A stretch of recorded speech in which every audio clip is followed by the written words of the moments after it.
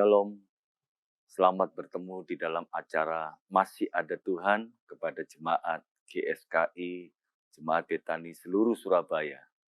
Pada hari ini saya akan menyampaikan firman Tuhan tentang rahasia pemulihan. Kalau kita perhatikan di dalam situasi kondisi saat ini, berapa banyak kita merindukan yang namanya pemulihan hidup, pemulihan di dalam ekonomi, pekerjaan, sakit, penyakit, kita rindu. Nah, pada saat ini saya akan menyampaikan firman Tuhan yang terambil dari Matius pasal yang ke-8 ayat 1 sampai ayat yang ke-4. Yesus menyembuhkan seorang yang sakit kusta. Setelah Yesus turun dari bukit, orang banyak berbondong-bondong mengikuti dia. Maka datanglah seorang yang sakit kusta kepadanya, lalu sujud menyembah dia dan berkata, Tuhan, jika Tuhan mau, Tuhan dapat mentahirkan aku.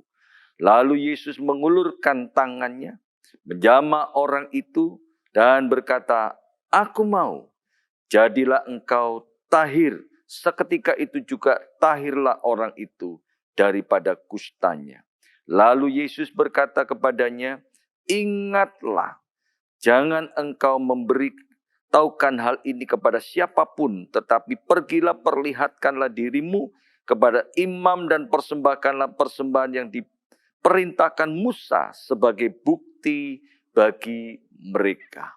Di sini kita melihat rahasia pemulihan orang yang sakit kusta ini. Yang pertama kita perhatikan di dalam ayat yang kedua.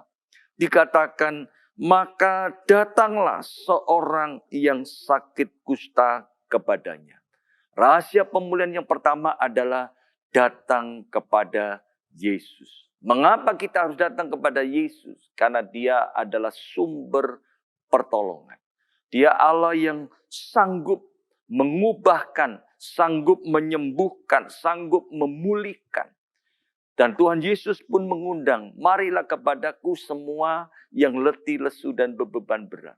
Aku akan memberikan kelegaan kepadamu. Kita harus datang kepada Tuhan.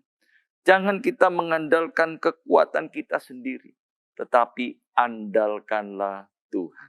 Bagian yang keduanya di sini katakan, lalu sujud menyembah dia. Kata-kata lalu sujud menyembah dia. Inilah rahasia yang kedua. Kita sujud menyembah. Artinya menyembah ini adalah satu level rohani yang luar biasa. Di mana kita merendahkan hati kita, merendahkan diri kita serendah-rendahnya di hadapan Tuhan. Bahwa tanpa Tuhan kita ini tidak ada apa-apanya. Firman Tuhan pun menjelaskan di dalam Injil Yohanes pasal 15 ayat yang ke-5.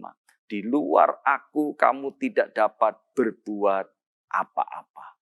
Menyembah rahasia daripada kesembuhan daripada orang yang sakit kusta ini menyembah kepada Tuhan. Seperti perempuan Kanaan ketika Tuhan Yesus mengatakan tidak baik memberikan roti yang mestinya untuk anak-anak dilemparkan kepada anjing.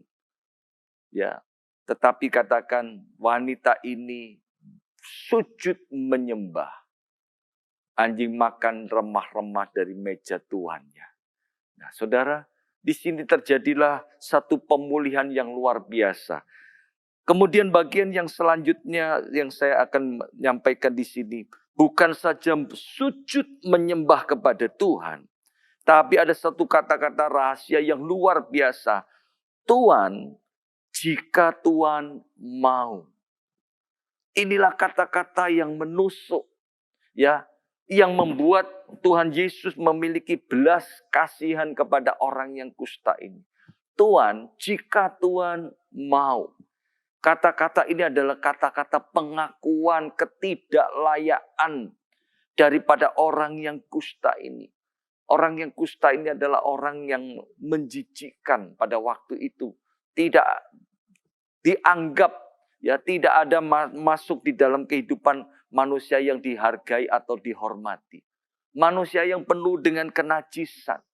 Tetapi ketika dia mengakui ketidaklayakan di dalam kehidupannya, Tuhan mengangkat dia. Tuhan mentahirkan dia.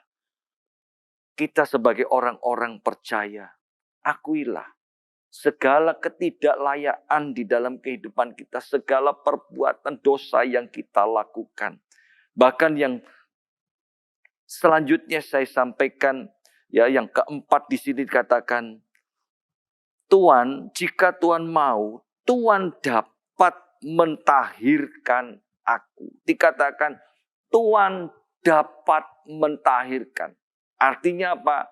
Rahasianya adalah pemulihan ini adalah dia percaya bahwa Tuhan dapat mentahirkan.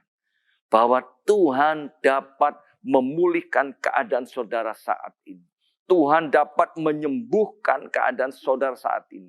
Tuhan dapat memulihkan keadaan saudara saat ini. Bagi Tuhan tidak ada yang mustahil. Inilah rahasia pemulihan daripada kita sebagai orang-orang percaya. Yang pertama adalah datang kepada Tuhan. Yang kedua adalah sujud menyembah Dia.